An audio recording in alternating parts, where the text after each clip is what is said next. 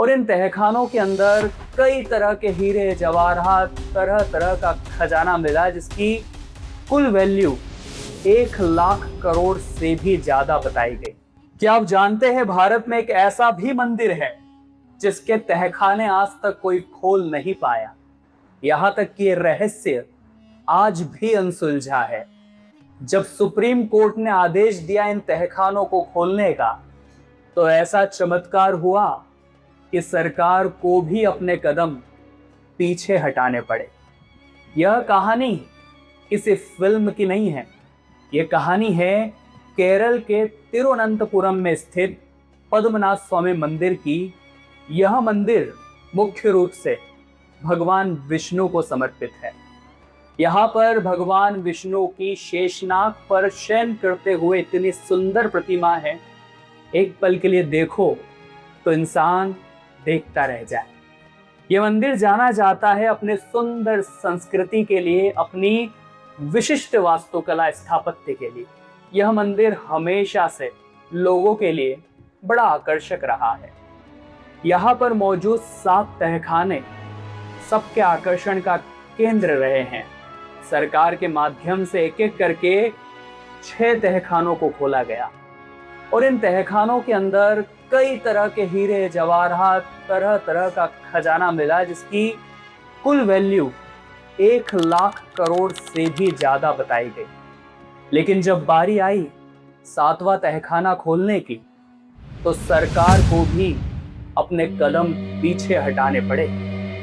ऐसा क्या चमत्कार छुपा हुआ है उस 7वें तहखाने में कि आज तक वो रहस्य अनसुलझा है। आज तक उस 7वें दरवाजे को खोलना तो छोड़िए, कोई छू तक नहीं पाया।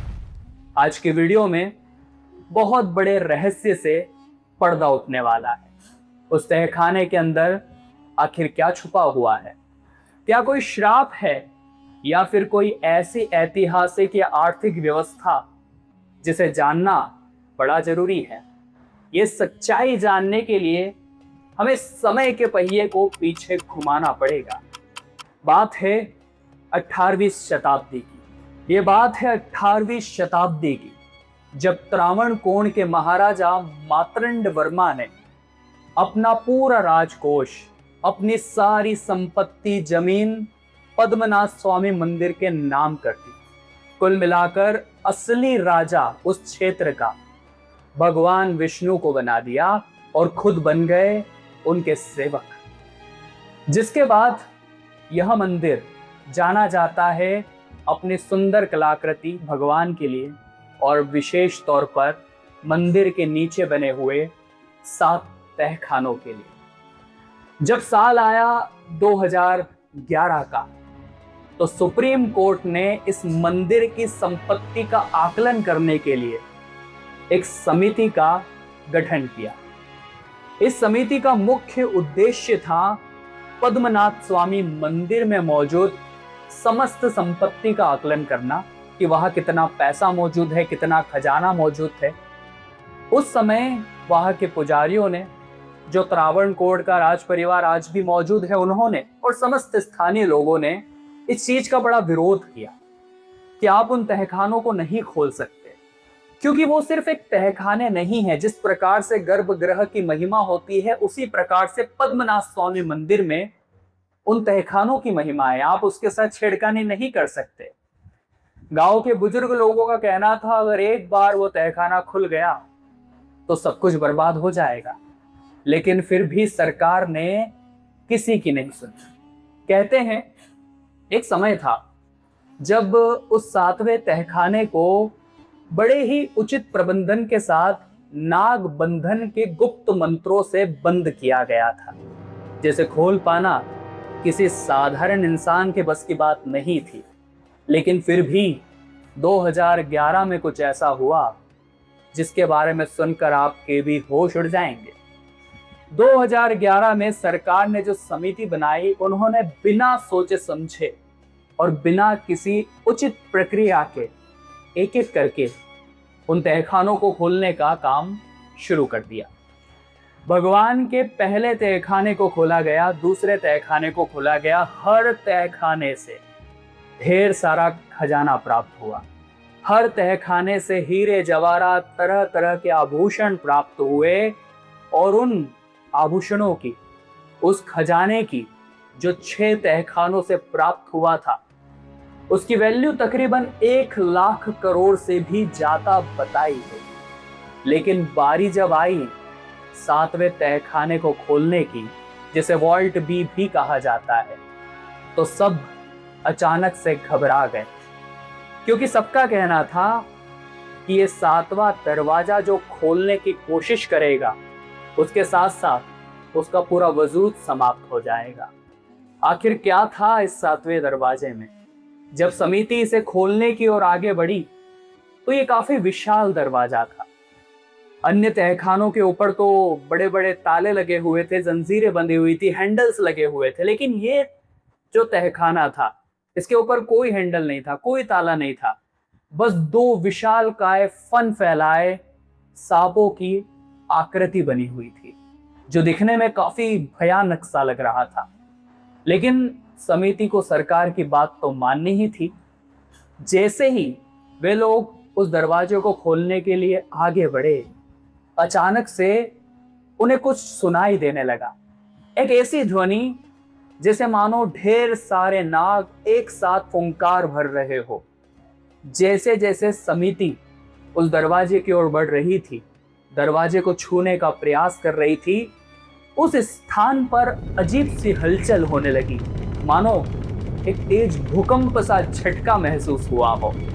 तब सभी को मंदिर के पुजारियों की, स्थानीय लोगों की बातें याद आने लगी और सब लोगों ने, समिति के एक एक व्यक्ति ने अपने कदमों को पीछे कर लिया और सिर्फ 6 तहखाने खोलकर अंतिम 7वां तहखाना खोले बिना ही अपनी जान बचाकर वे लोग मंदिर से बाहर आ गए। वॉल्ट बी का 7वां दरवाजा नहीं खोला गया और यही रहस्य आज तक अनसुलझा है, क्योंकि वास्तविकता में वहां के लोगों का कहना था कि ये कोई साधारण कमरा, ये साधारण तहखाना नहीं है, भगवान की दिव्य ऊर्जा का, दिव्य व्यवस्था का एक बहुत ही बढ़िया माध्यम है। कई बार लोगों ने प्रयास किया इस तहखाने को खोलने का, लेकिन कोई भी मंदिर के इस 7वें तहखाने के पास भी नहीं जा पाया, क्योंकि पुराने समय में गुप्त ऋषियों द्वारा इस दरवाजे को नाग बंधन के द्वारा गुप्त रूप से बंद किया गया था। और इसे क्या कभी कोई खोल सकता है? क्या कभी कोई खोल पाएगा? लोगों का तो यही कहना था कि 6 तहखानों से इतना कुछ मिला है, जरूर इस 7वें तहखाने के पीछे भी बहुत बड़ा राज छुपा होगा, इसे भी खोलना चाहिए। यहाँ तक कि इंटरनेट पर भी बहुत सारी अफवाहें उड़ी। लोग बस जानने को बेताब थे इसके पीछे आखिर क्या छुपा है। एक अफवाह ये भी बहुत ज्यादा उड़ी कि इस तहखाने के पीछे से समुद्र का एक रास्ता निकलता है। लेकिन कहते हैं ना, कई बार आस्था के सामने कई वैज्ञानिक खड़े हो जाते हैं जो अपने तर्क वितर्क करने लगते हैं, लेकिन जब आस्था अपना जलवा दिखाती है, अपना चमत्कार दिखाती है, तो अच्छे अच्छे वैज्ञानिक भी अपने घुटने टेक देते हैं। 2020 में कुछ ऐसा ही हुआ, जब सरकार ने भी वहां के स्थानीय लोगों को, त्रावणकोण के परिवार के लोगों की बात मानकर, वहां के स्थानीय पुजारी की बात मानकर 7वें दरवाजे को खोलने के आदेश को उस समय वहीं पर रोक दिया। उस समय वहां के स्थानीय लोगों का यही मानना था, जिस प्रकार से मंदिर के गर्भगृह की महिमा होती है, वैसे ही इस 7वें तहखाने की, जिसे वॉल्ट बी भी कहा जाता है, इसकी भी एक महिमा है। इसके पास जाना, इसे छूना पूरी तरह से मना है। भारत में जितने भी प्राचीन मंदिर है, वो सिर्फ मंदिर नहीं है, कहीं न कहीं से शिक्षा, संस्कृति और आर्थिक ऊर्जा का एक केंद्र भी है। पहले के समय में जब राजा महाराजा युद्ध पर जाते थे और युद्ध में भारी खजाना वो जीत कर लाते थे, या कोई भी व्यापारी जिसे अपने व्यापार में अच्छा मुनाफा होता था, तो वो अपनी संपत्ति का कुछ हिस्सा या बहुत सारे राजा, जिस प्रकार से मार्तंडवर्मा थे, वो अपनी संपत्ति मंदिरों को दे दिया करते थे। और तहखाने में जो राशि मौजूद थी वो यही राशि थी, वो यही खजाना था जो पुराने जमाने के राजा महाराजाओं द्वारा मंदिर को भेंट किया गया था। लेकिन 7वें दरवाजे का रहस्य आज भी अनसुलझा है, जिसे कोई सुलझा नहीं पाया, क्योंकि उस दरवाजे को नाग मंत्रों से पूरी तरह से बांध रखा है। सवाल ये उठता है, क्या कोई इस दरवाजे को खोल पाएगा? इस मंदिर का जिक्र प्राचीन ग्रंथों में भी है और वहीं से एक बात पता चलती है कि इस दरवाजे को केवल वही खोल सकता है जिस इंसान ने जिंदगी भर एक भी पाप नहीं किया हो, जिसे पूरी तरह से गरुड़ के मंत्रों का ध्यान हो। और जब वो अपनी सिद्धियों के आधार पर, अपने मंत्रों के आधार पर, अपने पुण्यों की शक्ति के आधार पर इस दरवाजे को खोलेगा, तभी ये दरवाजा खुल पाएगा। लेकिन कलयुग के इस दौर में ऐसे व्यक्ति का मिल पाना बड़ा ही मुश्किल है। ऐसा तभी होगा जब भगवान पद्मनाभ स्वामी खुद चुनेंगे उस व्यक्ति को, या फिर जब वे खुद कल के अवतार लेकर इस दुनिया में आएंगे। आपको आज का वीडियो कैसा लगा नीचे कमेंट बॉक्स में जरूर बताइएगा। वीडियो को लाइक जरूर करिएगा हमें सपोर्ट करने के लिए, और चैनल को सब्सक्राइब करना मत भूलिएगा। सभी दर्शकों को हर हर महादेव।